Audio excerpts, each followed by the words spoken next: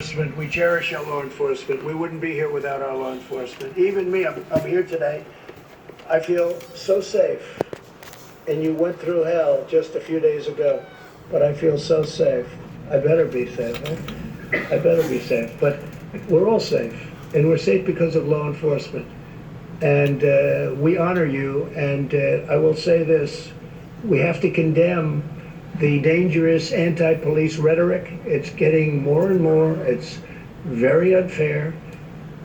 You have some bad apples, we all know that, and those will be taken care of through the system. And nobody's going to be easy on them either. And you have people that choke. They're under tremendous, I said it yesterday, I said it last night, they're under tremendous pressure. And they may be there for 15 years and have a spotless record, and all of a sudden they're faced with a decision. They have a quarter of a second to make a decision. And if they make a wrong decision, one way or the other, they're either dead or they're in big trouble. And people have to understand that. They choke sometimes. And it's a very tough situation, right? It's a very tough, then people call them bad and horrible, and they made a bad decision. But if you think of it, when they have, and I know you practice this all the time, where you give people literally a quarter of a second to make a decision. And a lot of them can't make that right decision. It's a very tough thing to do. The vast and overwhelming majority of police officers are honorable, courageous, and devoted public servants. They're incredible. Yet many politicians ignore their sacrifice and ignore the African American and Hispanic American victims. We have people, there was love on the streets, I can tell you, of Wisconsin when we were coming in. There was love in the streets, and so many African Americans, Hispanic Americans, I can see waving. Pastor, it was so beautiful to see. They want to have safety. They want to have safety. You look at, I'm not a huge believer in polls, obviously, but you look at polls with its 87% want to have great police. They want to have strong police. They want to have safety. They're the ones that are most affected by tragedies like you'll see going around.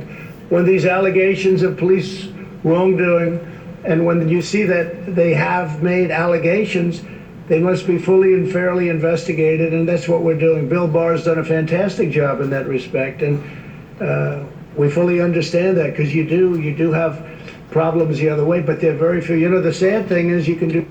You said whenever there was allegations made, there was allegations. I'm making allegations. I'm making allegations towards Homeland Security, towards what they've done in Wheeling, West Virginia in my life, towards lying about the fact that I had threatened Mr. George Walter Bush's life. I'm making accusations pertaining to law enforcement in regards to what happened right up here in Martin, Tennessee in 2005, whenever they decided to charge me for falsifying files. Then later on, up in Kentucky, western Kentucky, pertaining to Land Between the Lakes, whenever they decided to try to make me out to be somebody that was going to blow up the Kentucky Dam that WPSD covered up around Grand Rivers and up around Calvert City and Benton, Kentucky. Then a few years later, actually just a couple years later, out in Oklahoma City, Oklahoma, whenever they planted a bomb in the back of my truck for no reason, simply because I couldn't state the fact that there was a sleeping bag in the back of my truck that was red in color that they thought may be possibly TNT. So I've had not 3 but 4 different occurrences towards my own people trying to justify their actions by attacking me by saying that I was the terrorist, instead of the founder of the Windmill Ministries being the terrorist. I believe it's various people working for these agencies, regardless whether it's Homeland Security, regardless whether it's Weakley County up here in Martin, Tennessee, regardless whether it be in western Kentucky, pertaining to the federal courts as well as the state courts, or it's out in Oklahoma City, Oklahoma. So So you're saying that these things need to be investigated. So now I'm asking, Mr. President, if you will investigate these things.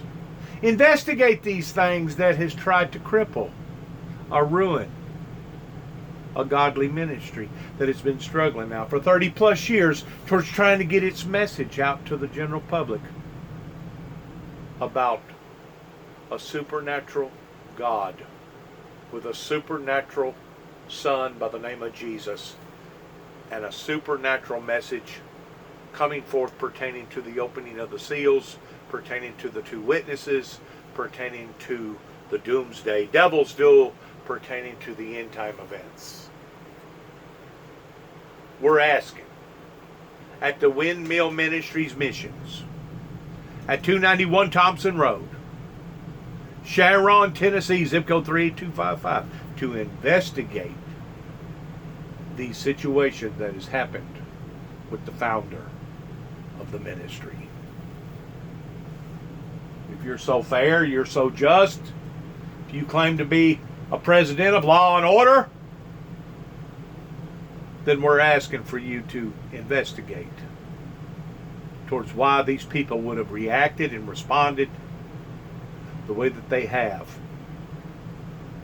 since a miraculous miracle took place in my life and since I declared myself as being a chosen vessel of one day going to walk up to a darkly complected Arabic individual, Arabic descent, and tell him that the time has come for him to surrender, for him to put his material as well as his immaterial weapons down. That the time has come for Armageddon to be completed. In great jobs as a policeman or policewoman. You can do an incredible job for years, and then you have one bad apple or something happens that's bad. And that's the nightly news for 3 weeks. That's all they talk about. They don't talk about the thousands and thousands of good jobs, the lives that you saved, they never talk about. So I'm committed to helping Kenosha rebuild. We all are. We will provide $1 million to the Kenosha law enforcement so that you have some extra money to go out and do what you have to do. You took it was a rough week, to put it mildly, and you've done it incredibly well. I'm also providing nearly $4 million to support these small businesses that I talked about today that got burned up, burned down. And we're going to be providing over $42 million to support public safety statewide, including direct support for law enforcement and funding for additional prosecutors to punish criminals and resources to provide services to victims of crime. And that was Bill Barr wanted that money put in. So that's $42 million that'll help with prosecutors and all of the other things that are so important to you. You need that, because when you grab them and then nothing happens and they're back on the street, that doesn't work out too well. My administration is restoring public safety. We're hiring more police, surging tough-on-crime federal prosecutors, increasing penalties for assaulting law enforcement, and for dismantling Antifa. They don't want to mention the word Antifa. Nobody mentions it. There's a bad group of people. Very, very bad, very dangerous group of people. And we are doing a big number on Antifa. They're bad. Earlier this year, we announced Operation Legend to surge federal law enforcement to high-crime neighborhoods. It is a thing that has really worked out amazingly well, Bill, but it's really really understated in a sense. We've already conducted more than 1,000 arrests in our first month in Chicago. We went to Chicago very recently. Obviously, that's been a disaster. Chicago, total disaster. With, again, radical left Democrat, and we just have to it's all Democrat. Everything's Democrat. All of these problems are Democrat cities. We don't want to say it, but it is. The top 10 are Democrat, then you go into the top 25 and take a look at that. It's the same thing. And there you hear President Trump in Kenosha, Wisconsin at a roundtable today where he is thanking police officers. He's also listening to some owners of local businesses there in Kenosha that were so badly damaged, destroyed, some of them, including that that 109-year-old camera shop B&L office furniture during the riots that ensued after the shooting of Jacob Blake. The big news there at the top of the hour, the president saying that he is committing $1 million to Kenosha law enforcement to help them, $4 million to local businesses, and then $42 million across the state for law enforcement and to add additional prosecutors. In the last hour, the president toured some of the damage from the riots. The governor, though, Ted Evers, has said that he did not want the president there. One thing that we did hear was universal thanks to the National Guard for coming in and helping to quell the violence. And right now we want to bring in General Dan Hokanson. He is the National Guard chief, and he knows all about this. General, it's good to see you. Thanks so much for being with us. You're in Alaska today, and we appreciate you taking the time. You heard there the camera shop owner and some others saying thank you for the National Guard for coming into Kenosha and helping to quell the violence. Can you tell us what was the Guard's experience there in dealing with the violence that had consumed Kenosha? Well, John, thanks for the opportunity to be with you today, and really on behalf of the 450,000 National Guardsmen across our 50 states, territories, and District of Columbia. I think this is another really good news story where the communities asked for their support, and they were there. And in many cases, our soldiers, airmen, and their families are members of these communities, and they want to do everything they can to help protect them. We should say that before you moved on to the Northern Command and then on to become the chief of the National Guard Bureau, you were the adjutant general in Oregon. What could you do in Portland if the governor of the state were to ask President Trump to send the National Guard into Portland? So in that case, John, there's plenty of capability within the Oregon National Guard, and the adjutant general there works directly for the governor of the state of Oregon. And so any resources or capabilities that they would like, if they're not provided within Oregon, they could ask for those capabilities from outside the state. And we have other states, like you saw in Wisconsin, that provided the support and capabilities that they were looking for. What is it that the Guard can bring to a situation like that neither local police nor the state police would be able to bring? I know that the state police have said that they're not going to go into Portland until they start arresting some of these people that are causing so much trouble. So, John, in that case, we're there really to support law enforcement, like you saw in Kenosha and other cities around the United States. In fact, if you go back to early June, we had 43,000 National Guardsmen out on the streets of the United States. And what we found is in most cases, the communities, they were really glad to have them there and be part of the process to help de-escalate the situation and allow those to peacefully protest in the communities where they live. Now, Governor Kate Brown, when you left your position as adjutant general there in Oregon to take on your position at Northern Command, gave you a glowing review. I mean, she couldn't say enough things about you. If you had the opportunity to say something to the governor right now about how to deal with the situation in Portland and the potential involvement of the National Guard, what would you say?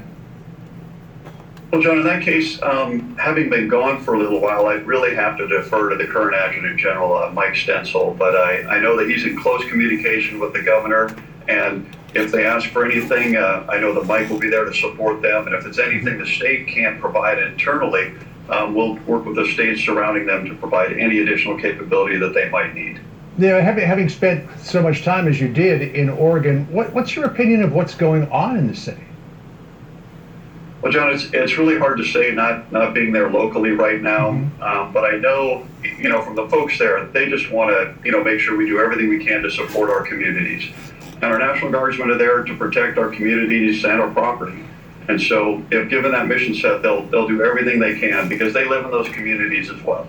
Yeah, the charge has been from Mayor Ted Wheeler and to some degree Governor Kate Brown as well, that putting federal, and I don't even want to say forces because they're not really forces, but putting federal law enforcement into Portland exacerbated a situation. Do you believe that if the National Guard went in there, and I know that there are local National Guard, but some can be brought in from other states as well, would it exacerbate the situation or would it have a calming effect? So the best experience really is to look back, as I mentioned earlier in June, the fact that we had 43,000 across the country, and it appears to have a very good effect because we're down to about 3,000 today, and we're actually much lower than that prior to Kenosha. So I think the fact that our communities are receptive and they see the benefit that our folks do provide to their communities and bringing peace and protection to the community and their property, I think it has a great impact that we've seen all across the nation. We should also mention that at the same time, there are thousands of National Guard members who continue to be on the border. There are some who are down in Louisiana and Texas responding to the hurricane. There are others who are helping fight the wildfires in California. How is that mission going? Well, John, I can tell you, this is what the National Guard was built for. If you look at today, we've got 66,000 engaged, and that, as you just mentioned, doesn't even count the 20,000 we have currently deployed overseas. And when you look at the forest fires, the recovery from Hurricane Laura, about 4,000 there, they're making a difference every single day in their community. And if you go back to early June, we're at 66,000 today. We had over 120,000 engaged at that time. And so, we're there. We're just a tremendous value for America, and we're living in those communities, and we want to make a difference in every single one. General Dan Hokanson, the Chief of the National Guard Bureau, thank you so much for joining us. Appreciate you taking time out of your day. Now let's go back to Kenosha, where the Attorney General William Barr is speaking. Peace on the streets, and there's going to be accountability. What people don't see is that in all of these cities, there are task forces of federal and state officers reviewing all the video that we can get our hands on. And when we are able to identify people who committed crimes in these riots, going all the way back to the beginning, whether they're burning police cars or throwing rocks at people, which are deadly, they will be prosecuted. That's a large-scale effort, and it's going to continue. So I can tell you, Mr. President, that as far as the federal government is concerned, we welcome the opportunity to work with state and local to deal with this public safety issue. Law enforcement is used to working together. We do a good job when we're allowed to work together. This is no different than dealing with violent crime where we work together. We can achieve results, and the federal government is willing to use all our tools and all our laws to bring these people to justice. Thank you. Thank you very much. He's doing a great job, Bill. Thank you. Senator Ron Johnson from your wonderful state, and he is one of the... I want to make a comment about our Army, our MPs. Whenever tragedy hits, it doesn't matter if it's large, on a large scale, or a small scale. Whenever the governor of that state realizes that law enforcement is in trouble, it doesn't matter if it's on a scale towards what went on over 10 years ago, towards a massive ice storm that hit up in the state of Kentucky that basically paralyzed about 70 different counties. And it was almost like somebody drawed an invisible line to the point that everything that fell in the state of Tennessee was basically just liquid. But everything that fell in the state of Kentucky was frozen liquid, was ice. And it was one of the darndest things that I believe that I've ever seen, of how that the ice could form 2, 3, sometimes as much as 4 inches on a power line or a power pole. That was causing just absolutely devastation everywhere, pertaining to lines falling and trees falling. And to me, to deploy a state of an emergency like that was nothing but good common sense. But on the other hand, this spring, before the coronavirus actually got entrenched in our everyday lives, there was a tornado that hit just east of here in Middle Tennessee, in downtown Nashville. It not only hit in downtown Nashville, but the tornado spread abroad and went beyond just Nashville, but it went up towards Clarksville, Tennessee. And there was devastation everywhere. But once more, whenever the governor of the state of Tennessee deployed National Guard MPs, that was put out there for the benefit and the well-being of the people. Regardless whether it's something small or something large. Regardless whether it's a tornado, a hurricane, a fire, an ice storm. These people have been placed in our social services in case of an emergency, in case of a catastrophe. And without the bedrock of our military that stands abroad, regardless whether it be state military or federal military, without the bedrock of our military, this country could actually go up in the flames pertaining to your vigilantes and your militias and your troublemakers out there that don't care about law and order. They could care less about vandalizing somebody's property, regardless whether it was a store or somebody's personal residence. They could care less. So, because Donald Trump is making a strong effort in this regard, even though a lot of people may say, well, it looks to me like it's a day late and a dollar short. And in some incidences it may be, or it may appear to be, but the fact of the matter is his hands is tied whenever it comes to certain ordeals going on, even right now as we speak, of a 90-something day hostage takeover that's been going on up in Portland, Oregon. I can't believe that the officials and the government would allow for something to linger as long as that has lingered without the fire actually being put out.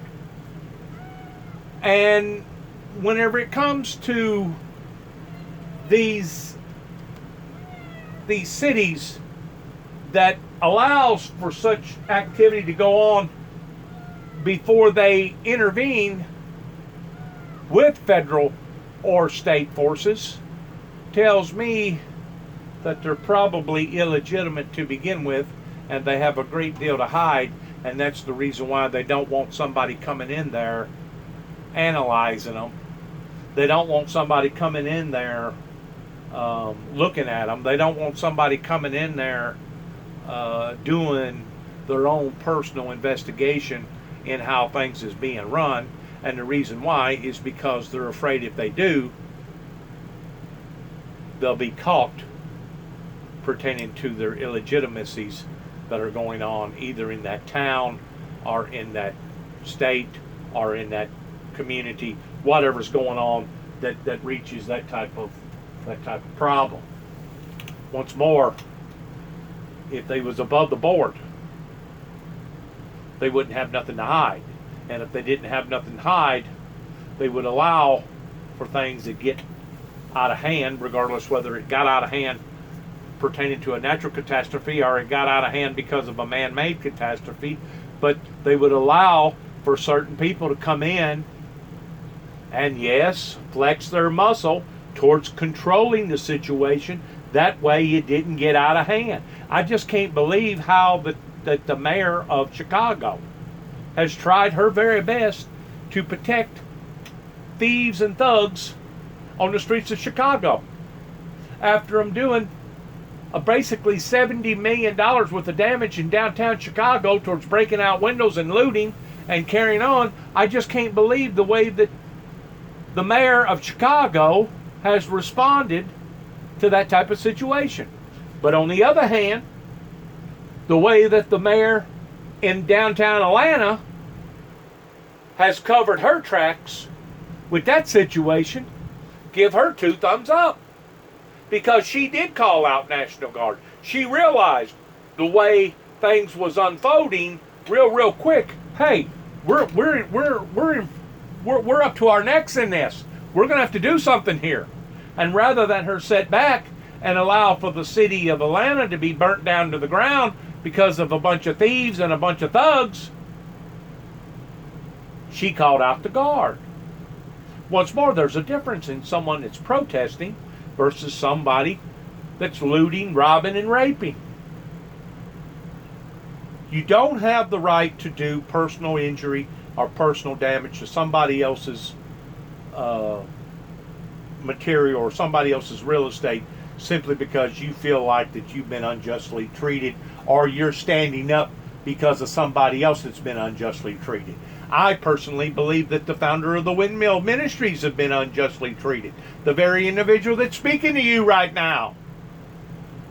Does that mean that I'm going to go up into Kentucky and start burning down buildings and start being a destructo on account of me feeling like that I have been treated unjustly by Land Between the Lakes and by the federal as well as the state of Kentucky? No. No, it does not. I feel like that the things that has happened out here in Weakley County for not just the past 3 or 4 or 5 years since I've moved back here has been unjust, but going all the way back into 2005, whenever I was charged for falsifying files, was unjust. Does that mean I'm going to go up here at Dresden and get a bulldozer or an 18-wheeler and start backing into the courthouse and do destructive damage to the courthouse? No, it does not. I feel like that I've been unjustly treated out in Oklahoma City, Oklahoma, because of me investigating that situation. Does that mean I'm going to go back out to Oklahoma and do something radical or crazy because I feel like that I've been unjustly treated by the media and by the authorities out in Oklahoma City, Oklahoma? No, it does not. Whenever I was questioned by the GBI, Georgia Bureau Investigations, after leaving a cassette tape at Governor Sonny Padue's front door on the Capitol building, and they come to my workplace and they caused embarrassment to the point that I had to quit to move on to another occupation or another place of occupation. Does this mean that I'm going to retaliate and go down to Atlanta and start being destructive? No, it does not. It means that I'm going to do what I'm doing right now. I'm going to tell my story. This is my testimony. Just as the Christian song, this is my story, this is my song. Glory to Jesus all the day long. This is my story, this is my song. Glory to Jesus all the day long. Now, it may not do a bit of good towards me telling people my story. It may not do an ounce of good whenever I tell people what has happened in my life. They may look, they may blame me partially for it, they may blame me all the way for it. They may snigger, they may laugh, they don't care. A lot of them will say, well, he brought it upon to himself. Well, they can believe whatever that they want to believe. They're going to believe it anyway. The bottom line is this: I feel like that I was treated unjustly by the courts here in Weakley County. Not once, not twice, but several different times. I feel like that I was unjustly treated by the federal as well as the state courts in Kentucky. I feel the same way in Oklahoma. I feel the same way out in Atlanta, pertaining to Georgia. But does this mean that I'm going to go on a rampage? Does this mean I'm going to become a destructo towards getting out here and taking the law into my own hands and being a vigilante? No, it does not. The Bible is very clear towards saying that vengeance is mine, saith the Lord. And the Bible is very clear whenever it says that it would have been best if you had never been born than for you to have offended one of his little ones. Vengeance is his towards whatever that he allows to happen to the state of Oklahoma, the state of Georgia, the state of Kentucky, of the state of Tennessee. In other words, it's beyond my hands. I possibly, because I'm disabled, could get an attorney, some hotshot Johnny Cochran, that could go after the state of Tennessee, could go after the county here in Weakley County, could go after local precincts over in Martin, Tennessee, could go after the sheriff's department, could go after the judges. I could possibly hire a hotshot attorney that'd be able to do the same in Kentucky, could do the same in Oklahoma, could possibly charge them for embarrassment in some sort of way towards them going to classic collision in the state of Georgia, towards bringing embarrassment, as well as Gerber Collision and Glass, where my boss man basically cut me loose because he had found out little bits and pieces about my story. But what good would it do for me to sue? That would put me on the same category as the scallywags that work for that department that do that kind of stuff. And if we can't work out some sort of agreement on an honor system, the way that the state of Kentucky has violated me, the way that the state of Tennessee has violated me, the way that the state of Oklahoma has violated me, if we can't work out some sort of neutral agreement and do so honorably and do so in a dignified way, well, then I am forced to sit back and just take whatever that they dish out for right now, because it's out of my hands. It's totally out of my hands. Do I wish that justice could be served? Absolutely. I wish that things was handled completely, totally different in 1988, whenever 9 tapes wound up going to Ronald Reagan's administration, when Secret Service become acquainted with me a little closer. They become partially acquainted with me in 1983, but throughout the years they have become more acquainted with who I am, what my story is, how many times that I've been violated towards being gnawed on. They're very acquainted with what has went on, because they themselves has been part of the bunch that has brought these unjust dues into the Windmill Ministries life. They themselves had broken their own constitution pertaining to freedom of speech and freedom of religion and the right to bear arms. And whenever I say the right to bear arms, I'm not necessarily talking about firearms, but the right to bear arms, period. I don't care if it's a pig sticker pertaining to a little bitty pocket knife, or a bow and arrow, or a BB gun, or a high-powered pellet gun, or a single-shot muzzle loader, or a sword, or a spear. You have the right to bear arms in America. Period. But they didn't want me to have that right. They wanted to criminalize me ever since I started out into the eyes of society towards preaching this message in 1989, whenever they decided to confiscate the first sword symbolizing peace on earth from this ministry. Has this ministry been violated? Again and again and again it's been violated. But does that give me the right to get out here and be a vigilante and take the law into my own hands? No, it does not.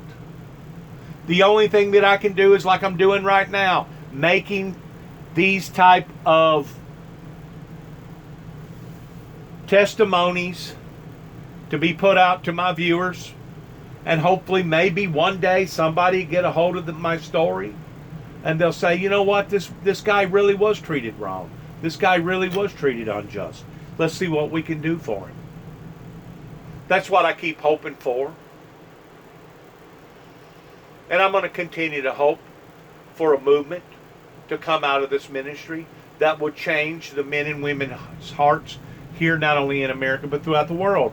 You keep in mind, God called me into a ministry not for the sake of myself, not for the sake of the ministry, but God called me into a ministry for the benefit of the kingdom and a benefit for the people. If the people don't want that benefit, I can't force them to participate in something that they don't want to participate in. Once more, we live in America. You can lead the horse to the water trough, but you can't make him drink. So it would be senseless in me trying to get out here and force these people in drinking, knowing that a lot of them don't want to take a drink.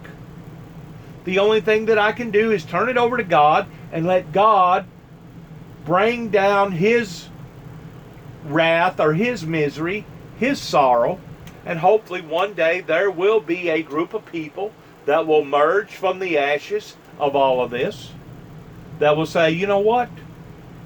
Maybe it is time that we started listening to the founder of the Windmill Ministries. Maybe it is time that we started supporting a man that has dedicated over half his life now towards this ministry pertaining to the doomsday devil's duel that it talks about in the book of Revelations. Maybe it is time that we need to participate in the Windmill Ministries rather than sit back and snigger and laugh and make fun of this individual that has dedicated so much of his time, energy, and his life towards. Once more, it hasn't been for the benefit of myself. It hasn't been for the benefit of my family. It hasn't been for the benefit of the ministry. But it's been for the benefit of the kingdom of God, and it's been for the benefit of the people.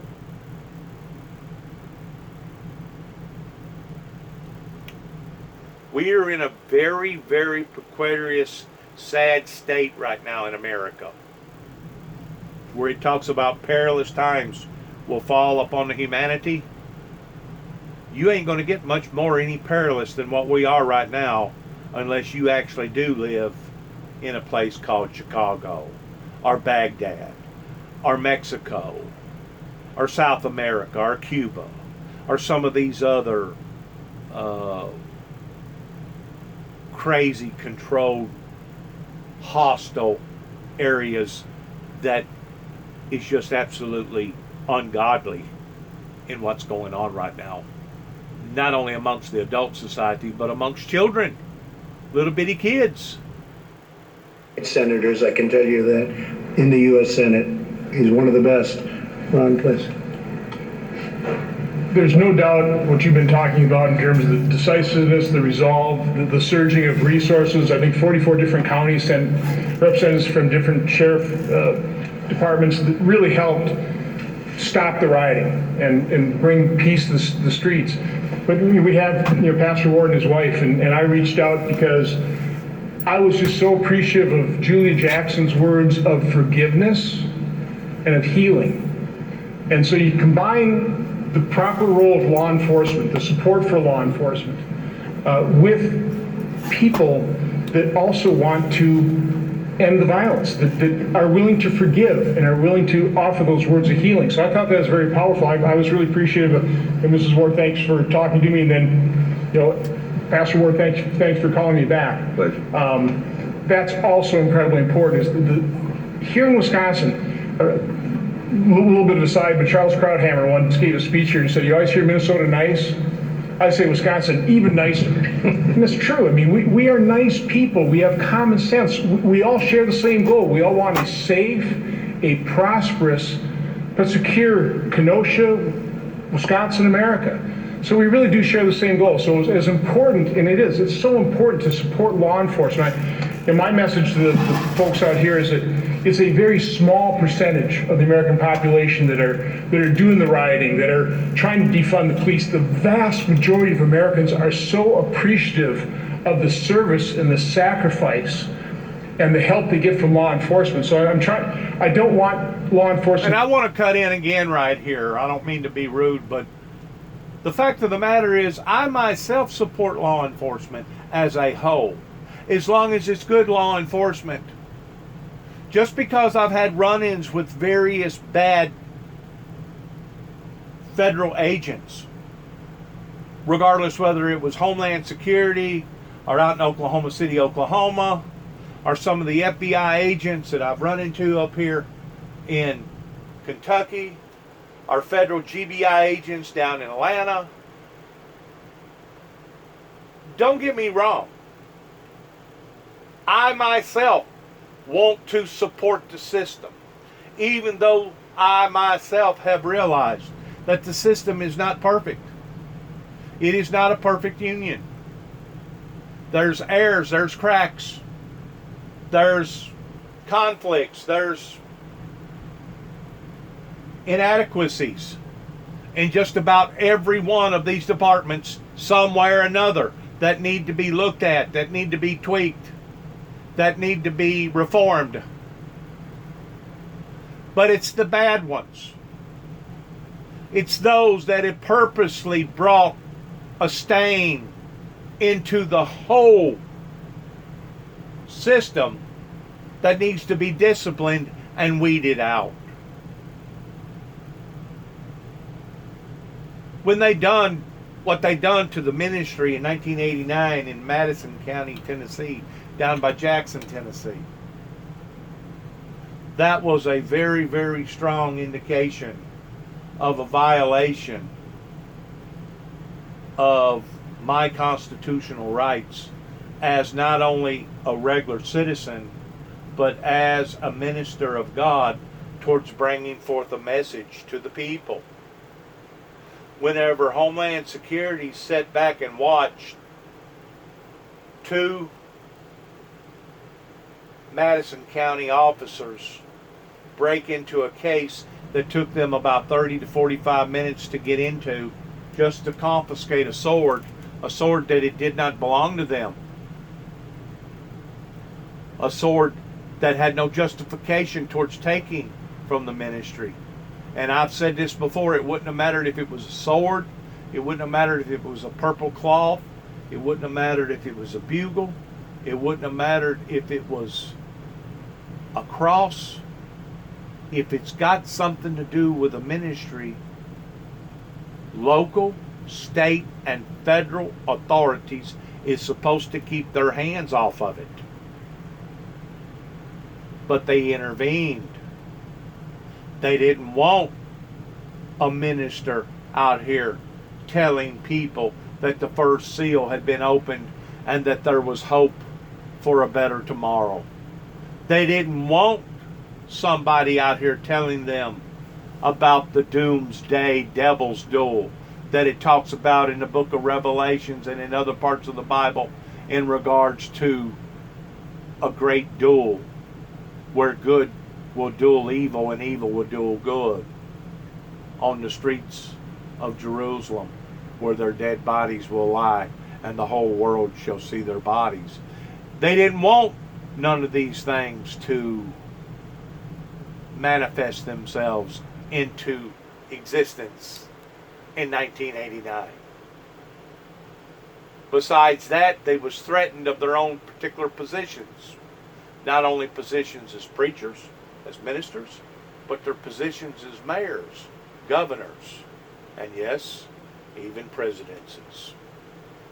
They have allowed for this situation now, this hardship, to fall upon to the American people because of this resistance movement.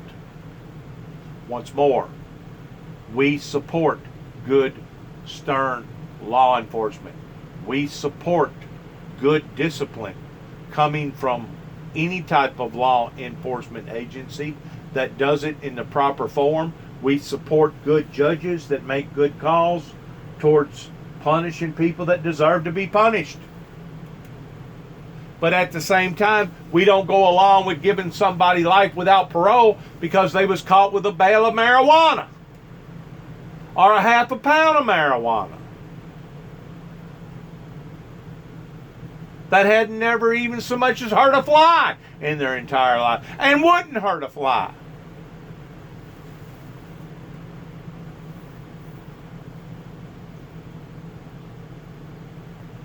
Police abuse has been going on probably since the beginning of time. Since there's been any type of command center.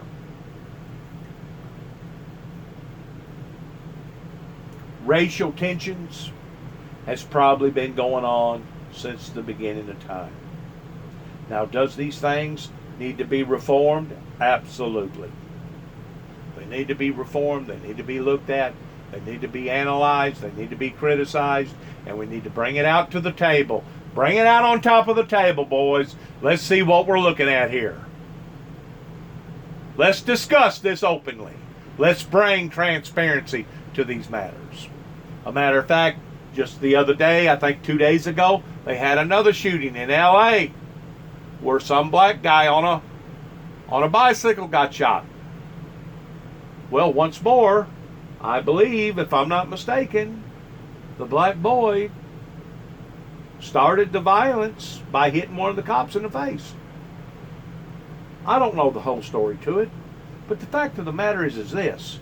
We're now living in a day to where digital technology is part of our lives.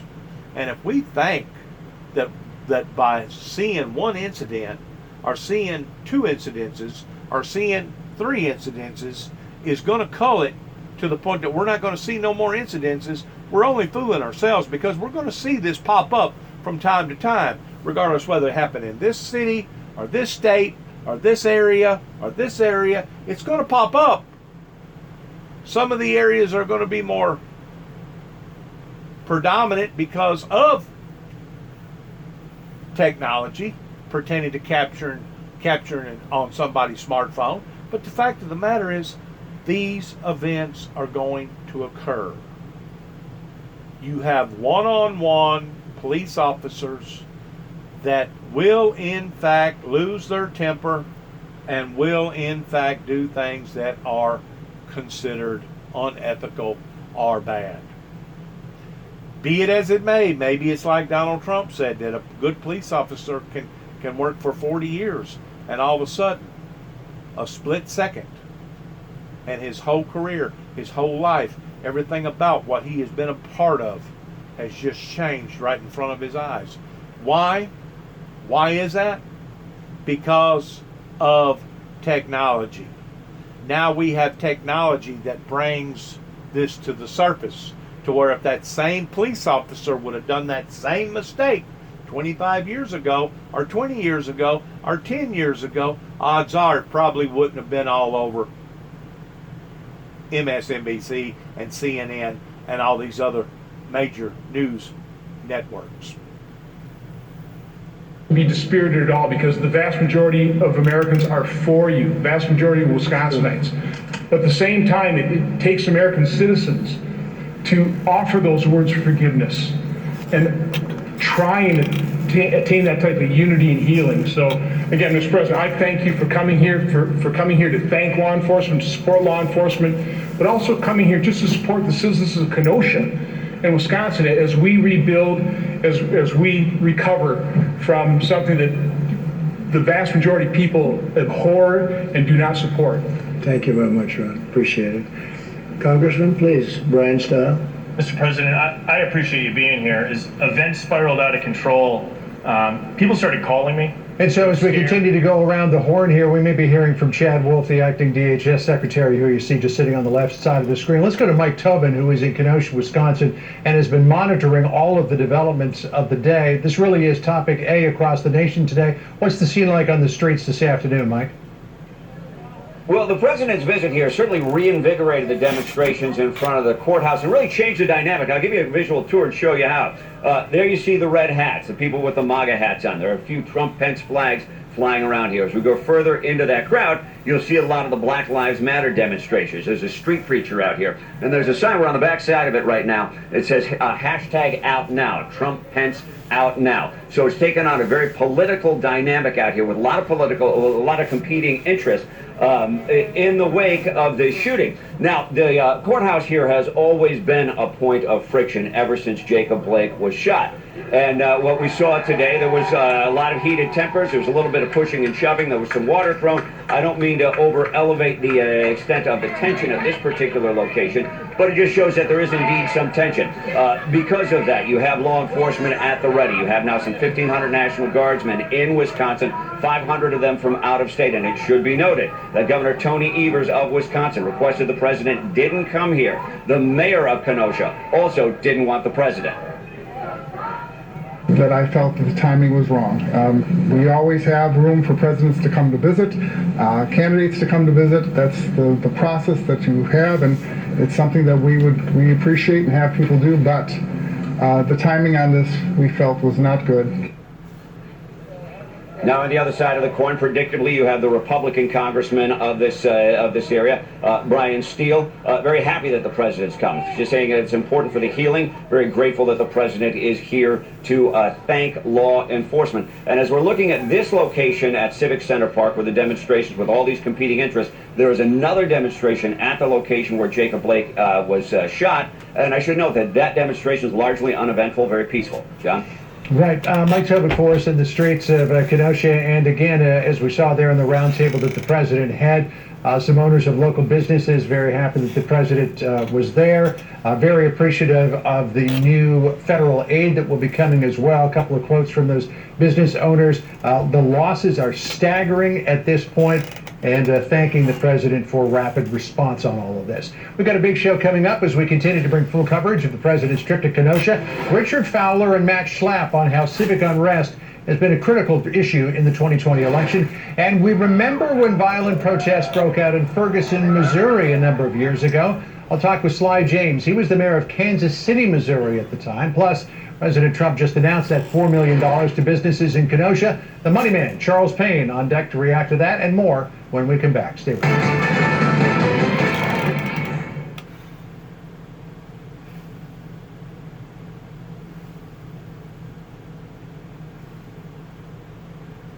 Because I can still...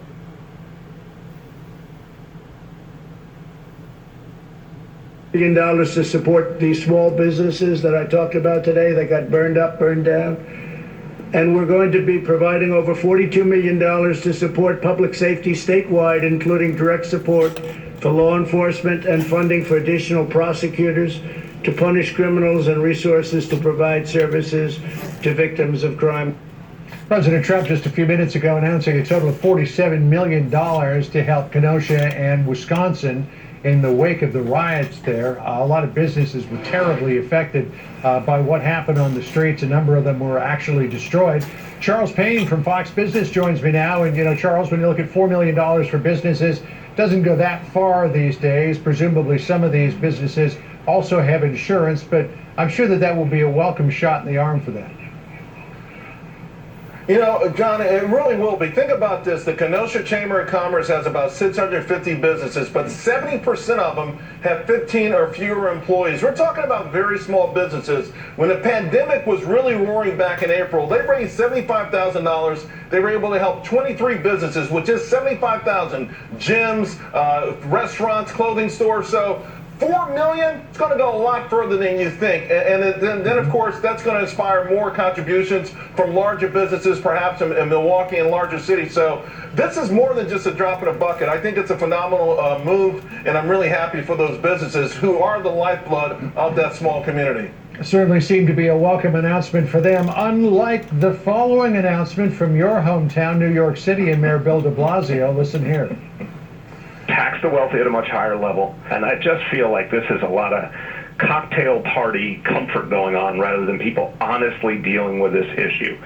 Help me tax the wealthy. Help me redistribute wealth. He's talking about taxing the wealthy, redistributing the wealth. People are already leaving New York City in droves.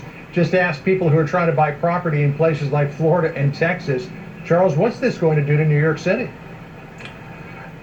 In that interview, he was also, that was about desegregating New York or keeping black residents there. You know, 1990, there were 29% of New York City. Now it's down to 24% and dropping even quicker. It's just the wrong prescription for an issue where people just, you know, the idea of the Robin Hood thing, I'll take from the poor and I'll give to the downtrodden, it doesn't play very well. People would prefer if he would remove all the regulations that stop them from improving their lives. You know, I was on earlier today and I talked about a hot dog. To get a hot dog stand in New York, there's a 20-year wait list, unless you want one in Central Park, and then you got to have $1 million.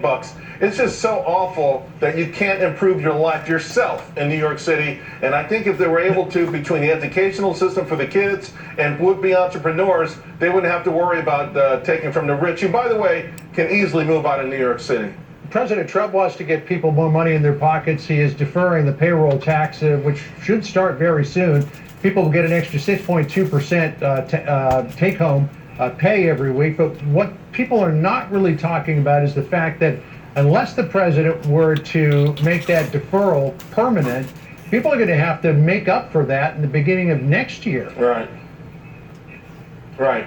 Well, I mean, it's a deferment, and you would have to make up for it. I think it's unlikely it will become permanent, although maybe the employee side it wouldn't be bad, certainly in the business side and the owner business side. But this is a shot in the arm. Unfortunately, it's the sort of a measure that's going to happen until Congress gets their act together. It's hard to believe that Congress went on recess. You know, we've got a remarkable rebound going on in this country, but it only happened because of the momentum we had, the ingenuity and hard work of Americans, and the quick action by the federal government and Federal Reserve. Now they're sort of all playing the fiddle and just playing politics. It is really a shame. So President Trump's trying what he can to keep this bridge, this recovery bridge going, but we need more.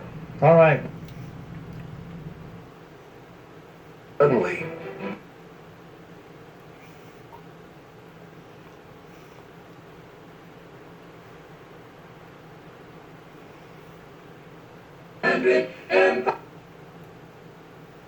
Wisconsin right now. Let's listen. Everybody worked together.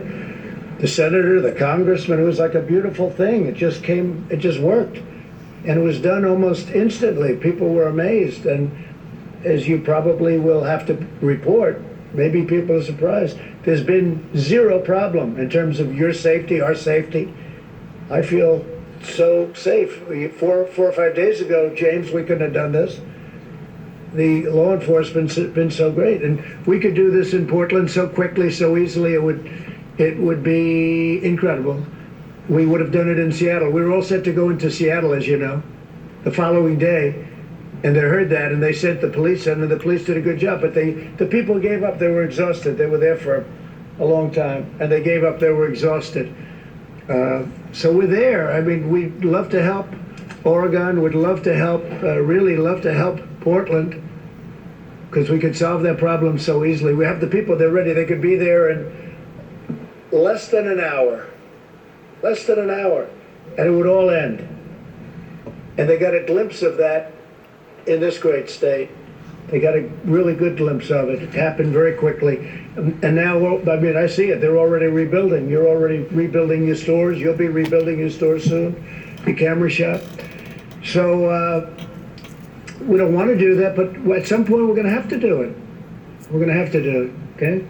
President, tell me what you would say to the Blake family. I know you didn't get a chance to talk to them, but what would you say to them in terms of the pain they're going through and the questions they have about what happened? Well, I feel terribly for anybody that goes through that. That's why I was so honored to meet the pastors.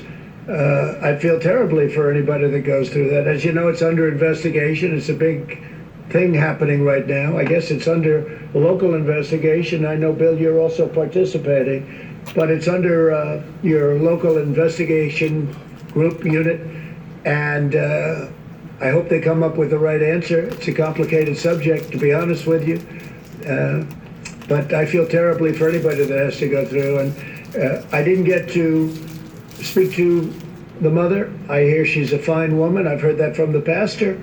A really fine woman, but you can see when I spoke to the pastors, I see exactly what it is, and they understand where I am, and if we can help, we're going to help. But it is a question, it's under investigation.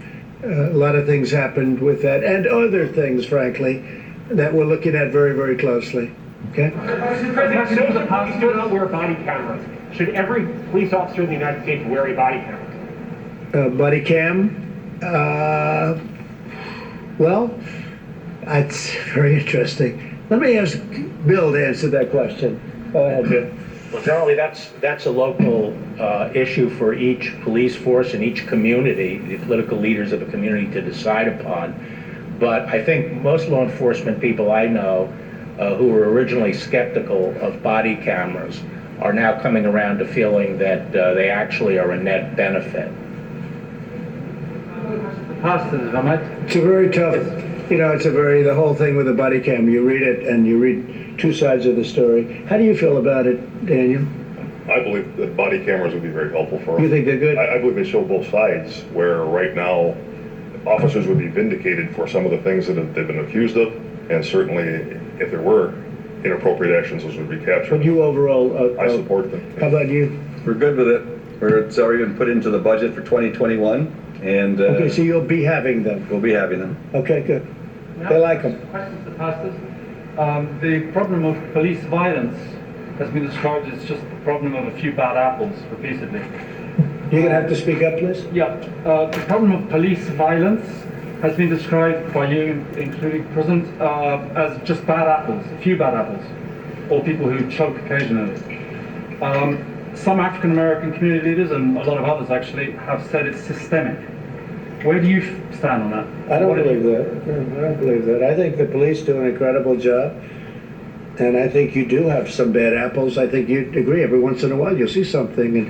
And you do have the other situation, too, where they're under this tremendous pressure and they don't handle it well. They call it choking, and it happens. And no, but I don't believe that at all. I think I've met so many police. I have the endorsement of, like, so many, maybe everybody. And frankly, I think they're incredible people. They want to do the right thing. It's a tough job. It's a tough job. It's a dangerous job. But I have to say this to the police. The people of our country love you. You don't hear that. You don't hear it from them. But the people of our country love you and they respect you. And you know it. You feel it in your heart. Or you wouldn't be doing it. But there's a great love. And when they see what goes on, and when they see a case like this where it's solved so quickly, they respect the police a lot. Really a lot. So you should hear it at least. Mr. President, to follow on that, we're focusing on violent actions, but there have been countless nonviolent protests here in Wisconsin and across the country this summer. People calling for an end to systemic racism. Do you believe systemic racism is a problem in this country? Well, you just keep getting back to the opposite subject. We should talk about the kind of violence that we've seen in Portland and here and other places. It's tremendous violence. You always get to the other side. Well, what do you think about this or that? The fact is that we've seen tremendous violence, and we will put it out very, very quickly if given the chance. And that's what this is all about. Yeah, I keep hearing about peaceful protests. I hear it about everything. And then I come into an area like this and I see the town is burned down. I mean, you look at Minneapolis, they should have acted much quicker. When we got the National Guard in there, it took literally a half an hour. You saw the scene. They formed, they walked, it was over. And they haven't had a problem of any consequence since.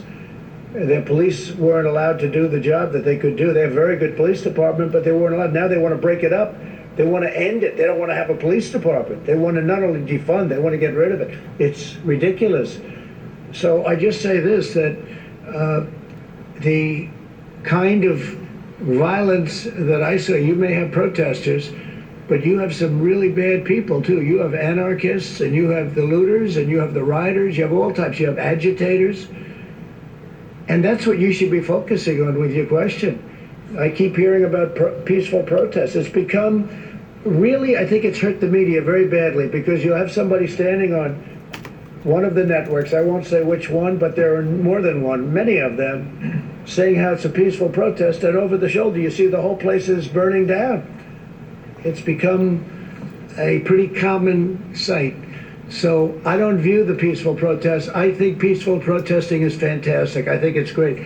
But by and large, this is not peaceful protest. When you walk into an area and you see buildings that are burned down, and fortunately here we stopped it early, and so the damage is relatively minimal. But when you look at some of these areas that they just don't ask for the help, they refuse to allow us to go in and help them.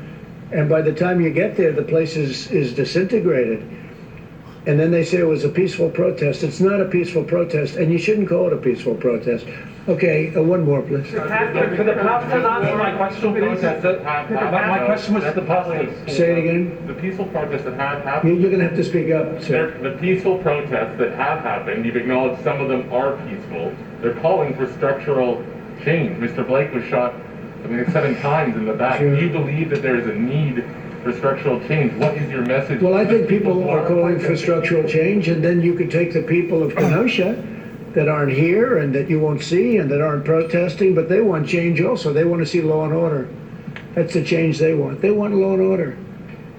They want the police to be police. They want the police to do what they do better than anybody else in the world, and that's what they want too.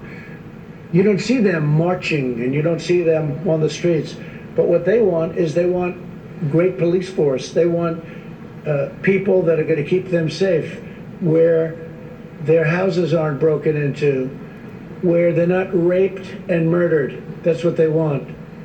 And they're protesters too, but they don't walk down the street, up and down the street. So, just the way it is. Just the way it is. So I want to thank you all, and I'll see you back at the plane. Thank you very much. Thank you. Thank you. Great job. Fantastic job. Thank you, everybody. Thank you. President Trump wrapping up his event there in Kenosha, Wisconsin, his roundtable with Chad Wolf, the Attorney General, and law enforcement from the area, along with several business owners who were really hit very hard in the riots that ensued after the James Blake shooting. Let's bring in our panel. Richard Fowler, a senior fellow at the New Leaders Council and a Fox News contributor, is with us, and Matt Schlapp, the chairman of the American Conservative Union. Richard, let's start with you. You had a chance to watch the roundtable there. You heard from some of the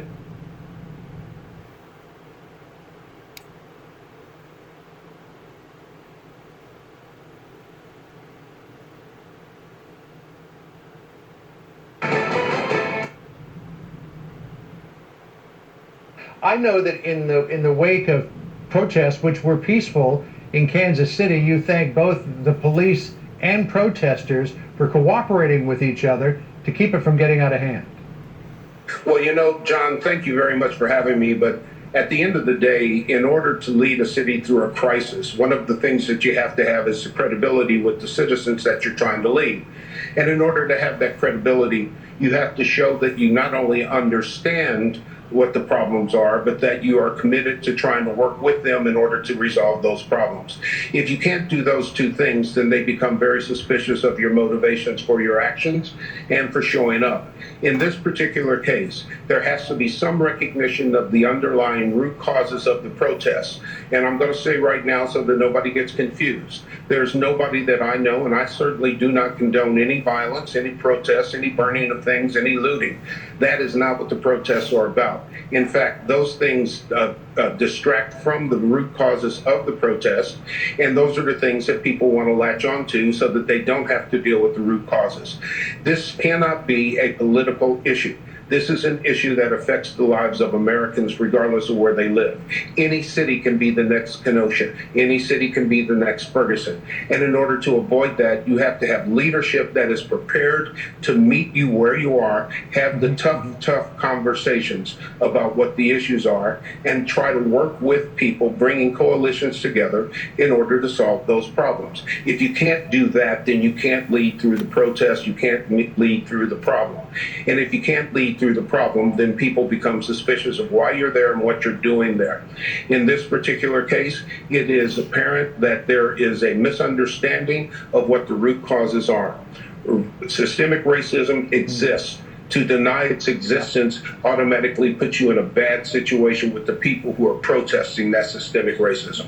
Absolutely. Sly James, unfortunately, your time is very, very short today, but we do thank you for joining us this afternoon. What I agree with what he just said. happens? Systemic racism is probably more prevalent today in America than what it ever has been. It may not be For Kenosha, it may not be quite as brutal as what it was back in the 60s, but it still exists. You still got bigots. You still got people out there that think that the white race is the supreme race above any and all other races. And it's a disease It's a disease in and of itself that needs to have some sort of an antidote against it. Protesters, but Mark. Let's back up for a second. What was we just looking at? Peaceful protesters, but not when they cross the line and get into something decidedly different. Something he says that has been playing out across this country and not just in Kenosha. Busy day. Welcome everybody. I'm Neil Cavuto, and this is Your World. So for the President of the United States, who went ahead to Antica. Has to meet face to face with some of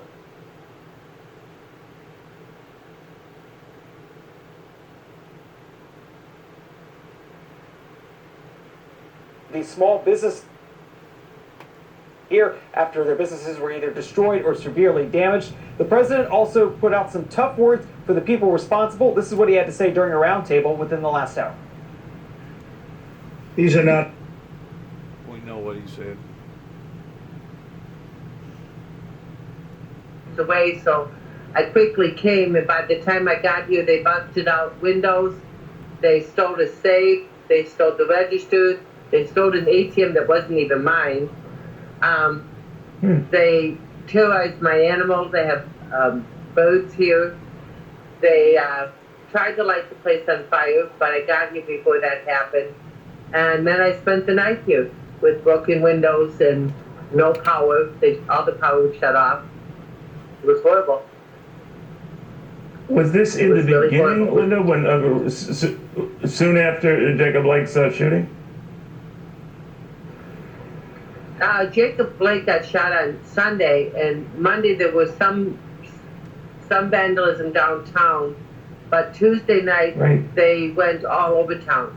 And I'm just a little bit outside of the downtown area on one of the main thoroughfares, and they came up our street and they busted up cars and car lots and started the furniture store a block away from me on fire. The probation office was started on fire.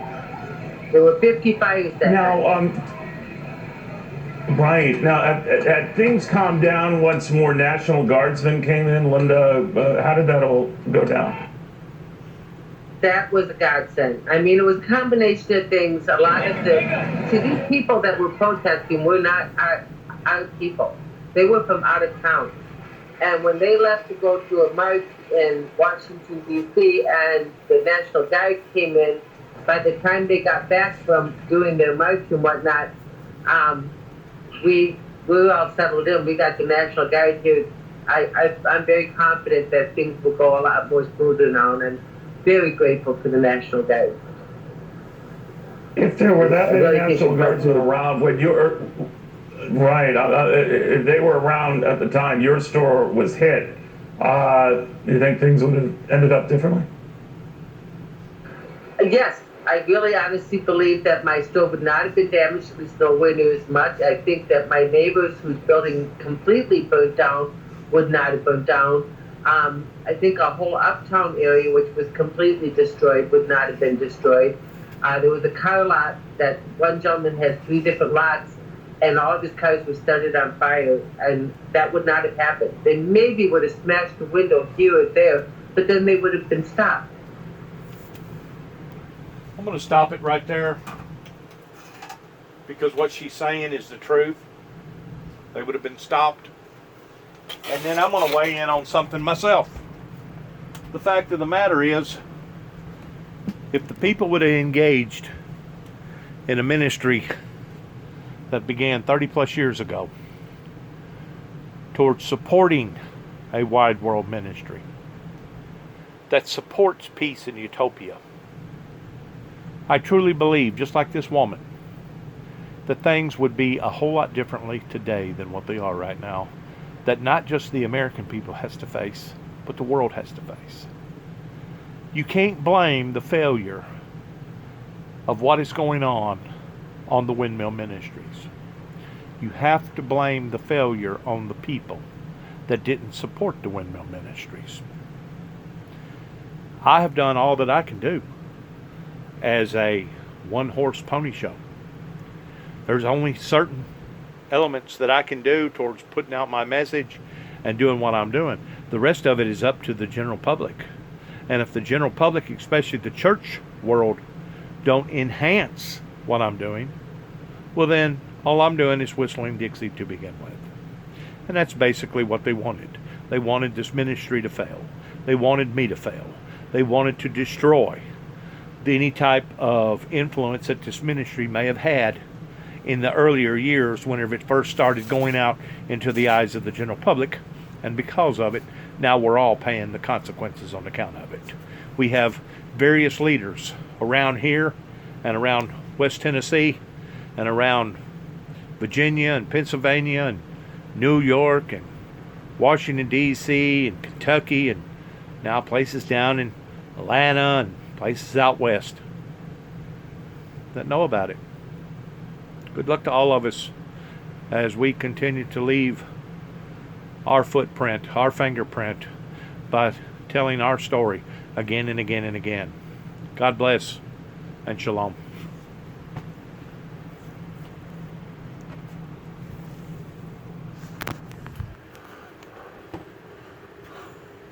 A bloody road ahead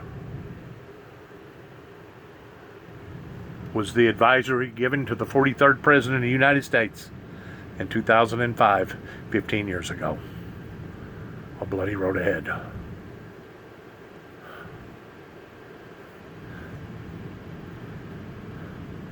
Now, how far does the blood have to go in the streets of the innocent lives is going to be up to the people. Shalom.